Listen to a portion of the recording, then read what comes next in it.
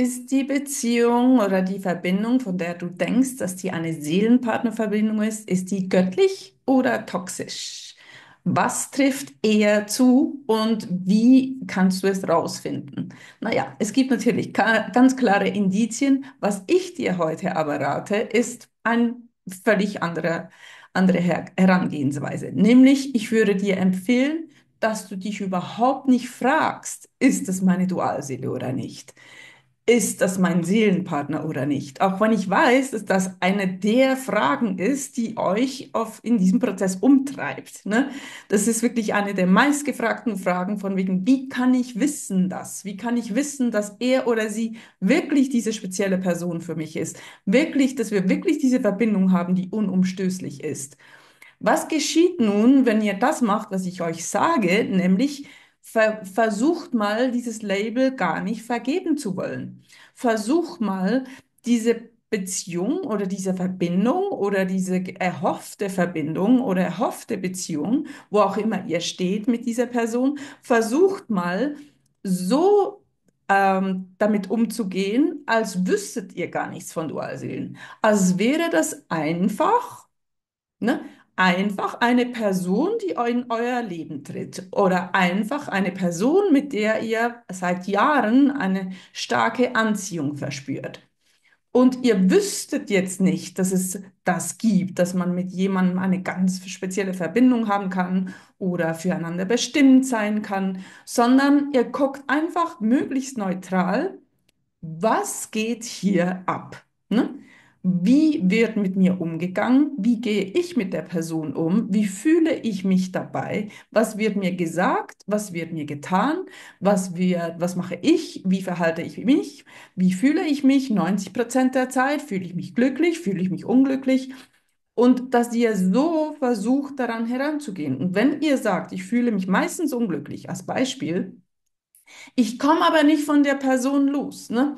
Weil irgendwie sagt sie immer wieder das Richtige, dass ich doch bleibe oder ich weiß, ich brauche ihn, weil alleine bin ich ja nichts oder naja, ich kann jetzt gar nicht so kreativ werden, all diese Szenarien zu nennen, aber ihr wisst schon, wenn da irgendein Grund ist, dass ihr sagt, ich kann aber nicht ohne oder es tut zwar weh, aber ne, im Internet steht ja, es gibt Dualseelenverbindung, also ist es wahrscheinlich das, also muss man da einfach durch.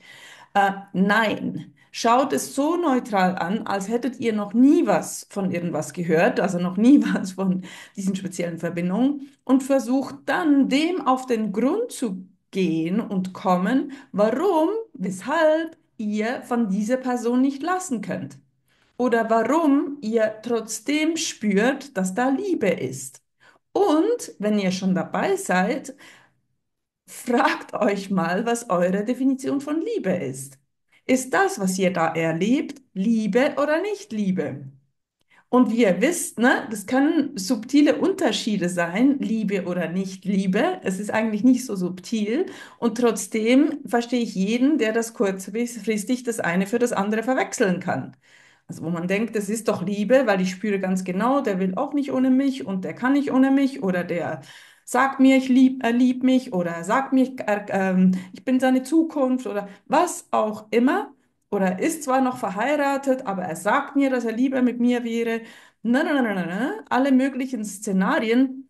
Fragt euch da, ist das wirklich Liebe? Ist das Liebe oder ist das eine Wunschvorstellung, dass ich mit dieser Person zusammen bin? Oder ist es eine, wie gesagt, eine Abhängigkeit oder etwas, das mich eigentlich schlecht fühlen lässt und krank macht? Ich nutze das Wort toxisch nicht so gerne, weil es so ein bisschen inflationär benutzt wird in den letzten Monaten, Jahren. Ne? Alles ist plötzlich toxisch. Wir Menschen, wir sind im Kern, haben wir unsere Defaults, ne? Unsere kleinen Dinge, die nicht ganz so perfekt sind. Wir sind perfekt geschaffen vom Göttlichen, aber dann durch die Leben, ne, haben wir uns Dinge, sind in uns, wo wir reagieren, wenn wir nicht reagieren sollten. Oder wir sind unsicher, wenn wir das nicht sein sollten. Oder Bindungsstile, ne, auch ein großes Thema im Moment im Netz. Bist du anxiously attached? Bist du kaum oder wenig, ein Drittel oder so ist wirklich sicher attached, ne? Bindet sich wirklich auf eine sichere Art an seinen Partner. Viele andere sind unsicher oder sind schnell getriggert oder verunsichert oder vermeiden sogar Beziehungen oder Intimität oder Innigkeit. Und wenn dann so zwei zusammentreffen, ne, dann kann es auch ganz schön abgehen und das kann sich alles sehr vertraut anfühlen. Vertraut, Hinweis auf, das hat man schon mal erlebt in der Kindheit, das kennt man, deshalb fühlt es sich so vertraut an, deshalb fühlt es sich nach Liebe an. Das muss aber noch keine Liebe sein. Also geht einfach mal mit dieser neutralen Brille an eure Beziehung heran oder eure Verbindung und fragt euch einfach mal, was kann ich hier mitnehmen? Was kann ich hier lernen? Was zeigt sich hier über mich? Was zeigt sich über meine Annahme von wer ich bin, was ich verdiene, was ich wert bin, was ich würdig bin? Was zeigt sich hier, wie ich Liebe sehe oder definiere? Und was zeigt sich hier, auf welchen Art Mann oder Frau ich stehe oder ich mich, wie gesagt, zu Hause fühle? Wo fühle ich mich zu Hause? Hat das jetzt wirklich was mit Liebe zu tun? Und so weiter. Und wenn ihr das einfach mal so völlig neutral betrachtet, kommt ihr, würde ich jetzt mal sagen, auf die Wahrheit. Kommt ihr auf die Wahrheit und ihr wisst, ist das jetzt toxisch? Jetzt brauche ich das Wort natürlich trotzdem. Oder göttlich? Ist hier wahre Liebe im Spiel? Und wir beide sind einfach nicht bereit, jetzt wirklich zusammen zu sein. Er darf zuerst seine Prüfungen meistern, ich darf meine meistern. Es geht um Erwachen, es geht um einen inneren Prozess und wir sind beide auf diesem Weg, aber wir begegnen uns mit Respekt und Liebe und Achtung.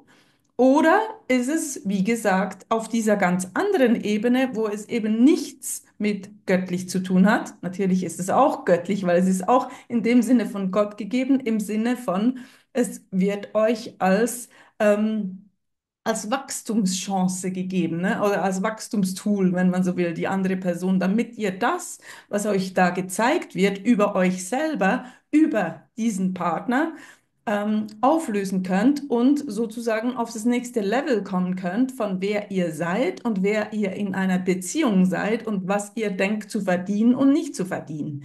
Das ist in dem Sinne auch göttlich, weil das Leben ist göttlich, weil wir alle immer genau das kriegen, was wir brauchen.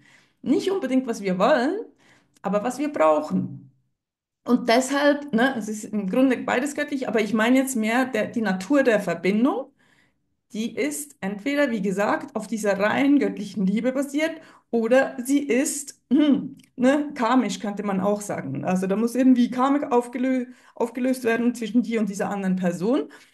Aber um das zu definieren, hilft es, wenn ihr, wie gesagt, die Labels einfach mal ganz weglässt und einfach mal den Sprung wagt. Es braucht Mut zu sagen, hey, wahrscheinlich, oder ich gehe jetzt mal davon aus, es ist gar nicht meine Dualseele. Es ist wahrscheinlich nicht meine Dualseele. Was jetzt? Was, wenn das kein Seelenpartner ist? Ist da trotzdem Liebe?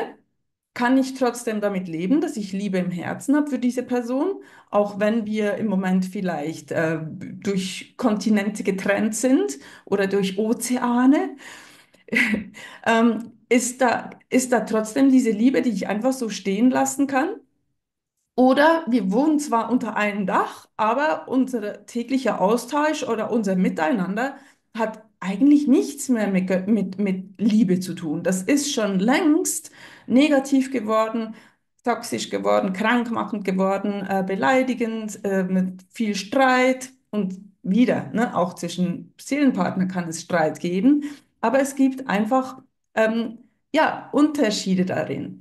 Und mein Ziel ist, auch mit diesem Kanal, den ich habe, ist, dass nicht das Dualseelen-Etikett oder das Seelenpartner-Etikett auf Dinge gehaftet wird oder angemacht wird, die eigentlich diesen Titel nicht verdienen. Und wo man sozusagen sich selber was vormacht unter dem Deckmantel, ach so, das ist halt Dualseelenbeziehung, da ist halt Dark Night of the Soul for 7 years. Das gehört halt dazu. Nein. Nein. Wenn euch eine Beziehung nicht gut tut, wenn ihr nicht keinen Respekt erlebt, keine Liebe erlebt, keine aufrichtige Wachstumsabsicht von beiden Seiten und Heilabsicht von beiden Seiten erlebt, kein Teamwork, kein Miteinander, kein Füreinander, dann habt den Mut zu sagen, hey, ne, so nicht. Und natürlich, das lässt sich so leicht sagen, oh, habt den Mut, dann wirst du sagen, nein, das will ich nicht. Weil ihr seid immer genauso lang in der Situation, wie ihr da noch was zu lernen habt. Und wenn ihr da mal im Moment gerade nicht rauskommt, dann gibt es halt noch was einzusehen und zu lernen und zu heilen. Das ist so. Und trotzdem hilft das Bewusstsein, okay, hier geht es nicht so ab, wie ich es gerne hätte. Das gefällt mir nicht, was ich hier erlebe in dieser Beziehung. Und du Allseele hin oder her, ich will das nicht für mich. Und wenn ihr so dran herangeht, ist die Chance groß, dass ihr euch etwas entledigt, das euch nicht gut tut. Egal welches Label ihr dem Ganzen gebt. Ne? Deshalb, göttlich oder toxisch, es kann immer nur das eine sein.